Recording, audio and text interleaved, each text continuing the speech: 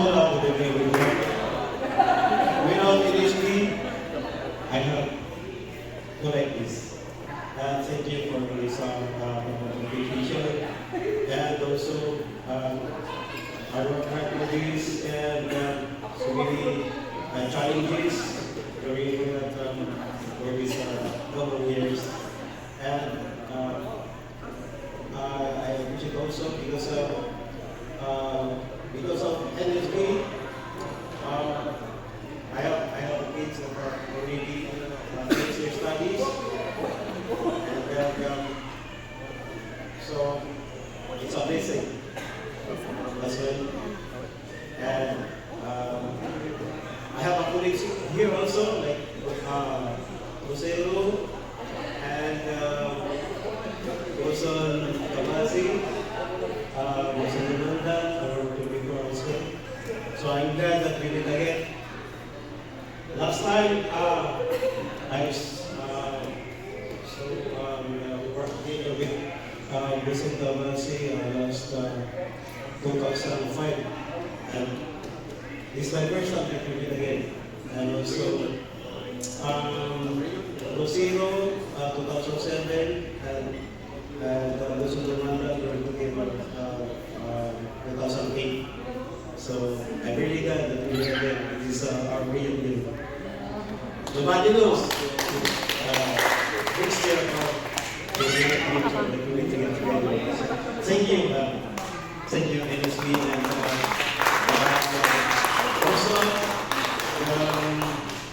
the staffs, officers, Ating Bungay, we work together 2 times, and then before. So without NSB officers, I think I'm not ready here. So thank you very much. Thank you. Now, the last but difficult.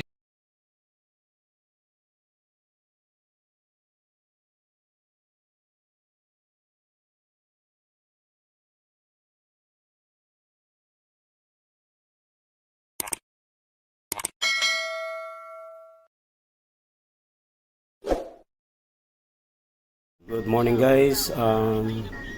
Ito pala yung na-receive ko kagabi sa aming conference, no?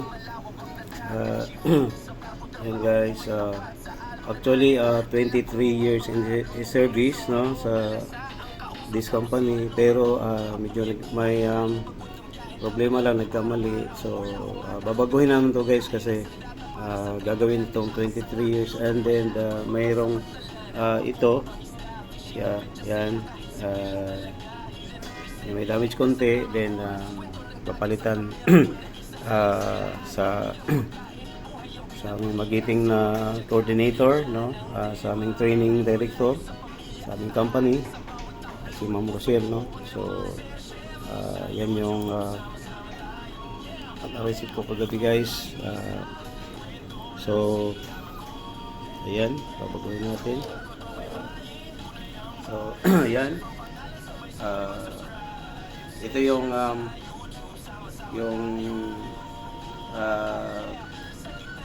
tawag dito, yung love natin yung ating work, no. Kasi yun yung diyan tayo kumukuha ng income, o ito yung source of income natin, yung ating work. So guys, kailangan lang hard work, no.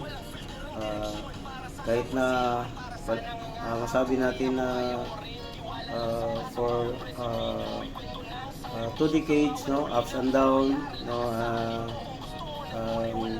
situation, then daming mga trials, no, challenges sa ating sa ating trabaho as a seafarers, no. Di naman yung tinatawag natin, di naman araw-araw piyesta. So yun, pero narating natin ang ganitong katagal sa ating kumpanya, and then survive, no, survive through, yun nga, hard work. Ayan guys. So, ang maipayo ko lang, no, sa mga nag-uumpisa pa, land-based man, sea-based man tayo, no, kailangan na yung we do our best, no, kahit hindi tayo hindi natin ma-perfect, no, pero at least ginawa natin yung ating pinaka-best, and then yung dedication, no, sa ating related sa ating work, then love natin sa work. Kasi pag nandiyan dyan yan ay yung sigurado marating natin yung nais nating marating, at saka mabigyan natin ng magandang future yung ating family, yung ating mga anak, ganon. So yung of course yung pamilya natin, yung inspiration natin, kaya pinagigihan natin, pinagbutihan natin yung ating trabaho, no, na yung yun yung best natin, no, ibibigay natin, no. Basta pagdating sa work, hindi tayo magpabanjing-banjing, no, hindi yung parang nagbabalat si West tayo, no, na yung papakita natin yung kunyari hard work tayo kapag nandyan yung mga superior natin, mga big boss natin na dumaan, na tumingin, then pag wala na sila, no, pabanjing-banjing, ganun, pasimple lang, ganyan. So di natin gagawin yan kasi yan ang sumisira sa ating trabaho, no. So kapag ganun, mahuli tayo na ganun yung ginagawa natin, no, pabanjing-banjing lang tayo, hindi natin nagampanan ng maayos yung ating trabaho kasi pabanjing-banjing lang tayo, paisisi lang. So mawala ng tiwala yung ating mga superior. It will reflect, no, sa ating job performance natin. So masisira yung ating pangalan. Then nobody will hire us again. So not to rehire na tayo dyan. So ang importante na always rehire, no, every end of our contract, no, yun yung grado natin. Kahit hindi natin mapiperfect yung ating yung tawag dito, appraisal natin, kasi meron ding mga grades yan, no? Kahit di natin mape-perfect yan, as long as nakalagay for rehire, yan ang pinaka-importante guys. So yan lang guys, yung may papayo ko sa mga nag-aspire, no, o nagbabalak na magiging marino, no. So yun lang, napakasimple lang, no. Do your job, love your family, of course, love yourself, and safety first, no.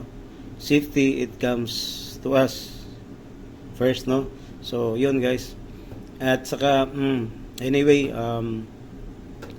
thank you for our company. I think no need to mention because